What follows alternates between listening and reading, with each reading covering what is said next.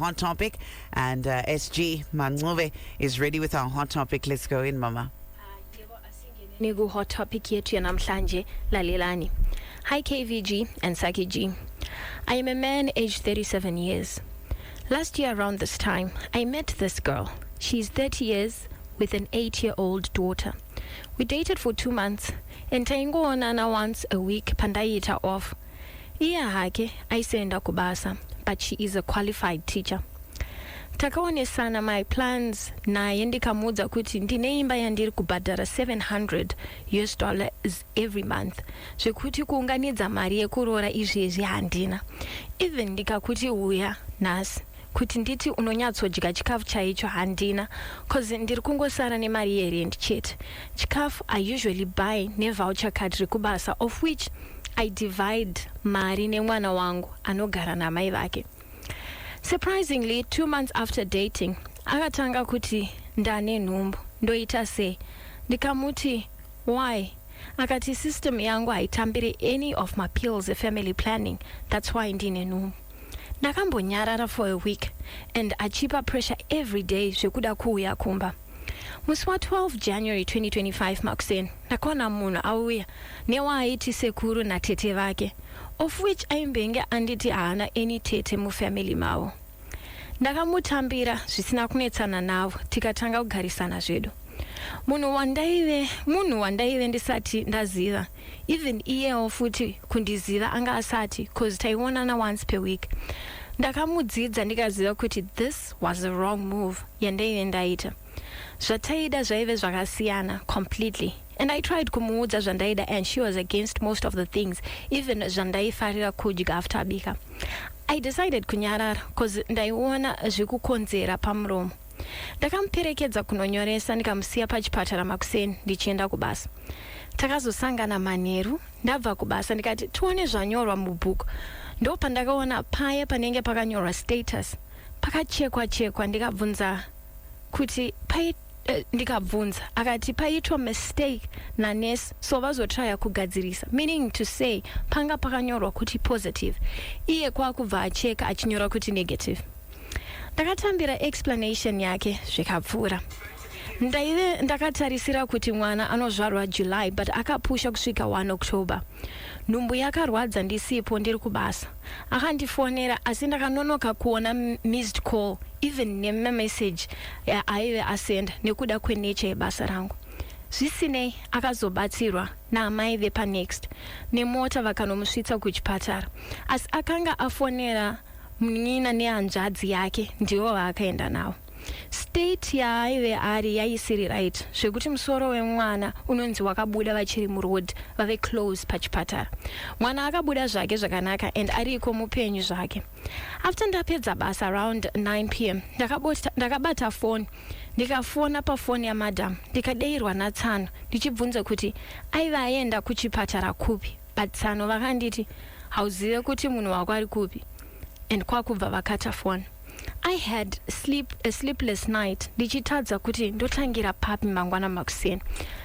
Vatogarisana nawo akavaudza kuti ainge apiwa pill rekuenjuswa masikati to speed up the process yedelivery.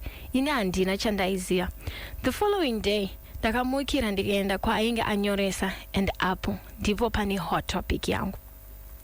Ndakasvika ndichimutsvaga zvisinei haana kunetsa kuwanawo. Manesi akanditi maita basa baba, mauya garai apa mese naamai nemwana. Takatestwa tikaonekwa maresults edu akasiyana, ake ari positive ini negative. Mwana zvakanzi anobuda month end. Ndakapererwa kushaya zvekutaura, even manesi paakabvunza kuti mune chekutaura here.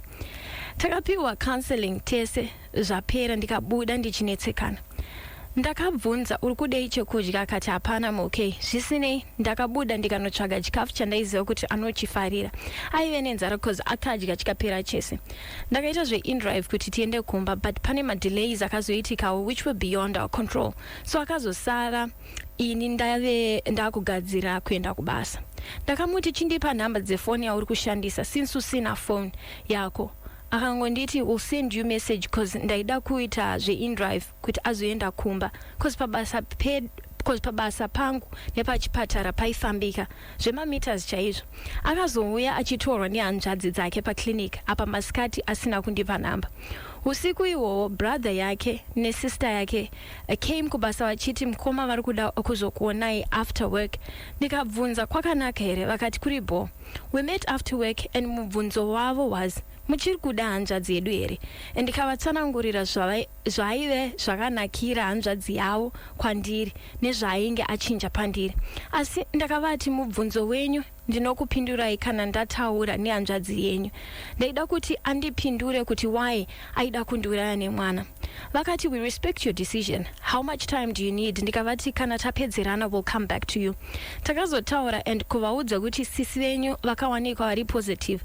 Zvaindiremera asi ndakashaya kumwe kwandingaende nako. Ndakazongovaudza cause iye aiti akaziva kuti ari positive paakanyoresa nhumbu, and from there kwandiri haana kubuda pachena.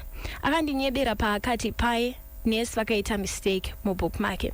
Pandakataura naye anoti haasati azvitambira kuti ari positive and mapiritsi haana aari kunwa, and mwana anga ari kungoyamwisa for 2 weeks dzese till ndamuthreatena kumusungisa ndopaakati akuregedza kumuyamwisa. And I'm not sure about that. Ini lactogen ndinokutenga ari kumba kwavo ikoko. Hembe dzake dziri kuno kumba kwangu. Ari kuti haasi kuuya kuzotora. She's not even remorseful near this whole situation. Ndomuitawo sehama. I need help. Sorry chaiyo haina kumbobuda pazvese zvakaitika izvi. I need your help vedare. Iyo hot topic yetu yanamhlanje. Tinotenda Mancuve maita basa. Our hot topic for today. All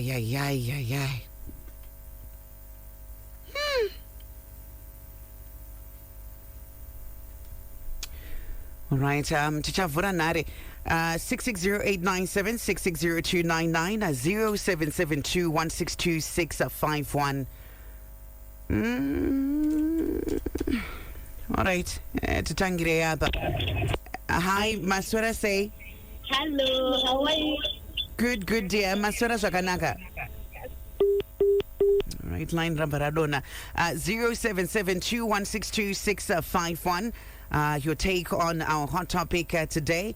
Very tricky one. A sad hot topic as well. Maswera say. Taswera zvakanaka. Nchakumbira mo reduce the volume ye radio. All right. You say K.V.G. Iri panapa iri serious. Yeah. Challenge iri kuitika mazuva ano ingorisiwo. Pakuti vanhu vari kunyatsokuziva marepeni. Yes. Sanga uchiramba uchishingirira chinhu chaunyatsokuti chinhu ichika ziva mahwa. Yeah. Zvinhu izvi zvingoritimu. Chinhu chokutanga mukadzi uyu akatombomunyepera nehama dzake kana according wandanzwa Yes. anga asikatomboda kutombomuonesa hama dzake. So just hiding something from the start. Ere nhumbu inoratidza kuti ainogona kubata paaitaura madhezi akazobata vanhu. Neri chimwe chinhu kuti chaangakwanisa ake kuita semurume kana achenesa lactogen mumwana ngaende zake lactogen asiyane nemunhu uyu. Kana kutotora mwana wacho uchengetwa hapana munhu asingatadze kuchengeta mwana ari munhu ane hama ndizvozvo. Ngatore mwana zviri nani. There are some legal ingredient device angatowana how to kutora mwana. Kuti asiye mwana aibvisi bhozi munhu uyu Trustike. One adike munhu neatori gender. Yeah. Uyu munhu atori gender. She knew she was positive. She knew. I would like to believe so too. She knew, and she saw at least what adaisa kuti munhu angasvika level rakadaizvo. Yeah. Akarwadziwa zvokuti yo. Yeah. Ndabatikana neniwo. I think payakauya nezuro Sahky we were talking about this. Tichiti yange yakarevesa but takazoti ngatiiverenge yakatodaro nekuti I think he was also trying to really express zvakaitika how he felt right from the beginning. There wasn't a part that you could say, okay, I'm removing this part to show to because every part was necessary for us to really understand zvakaitika.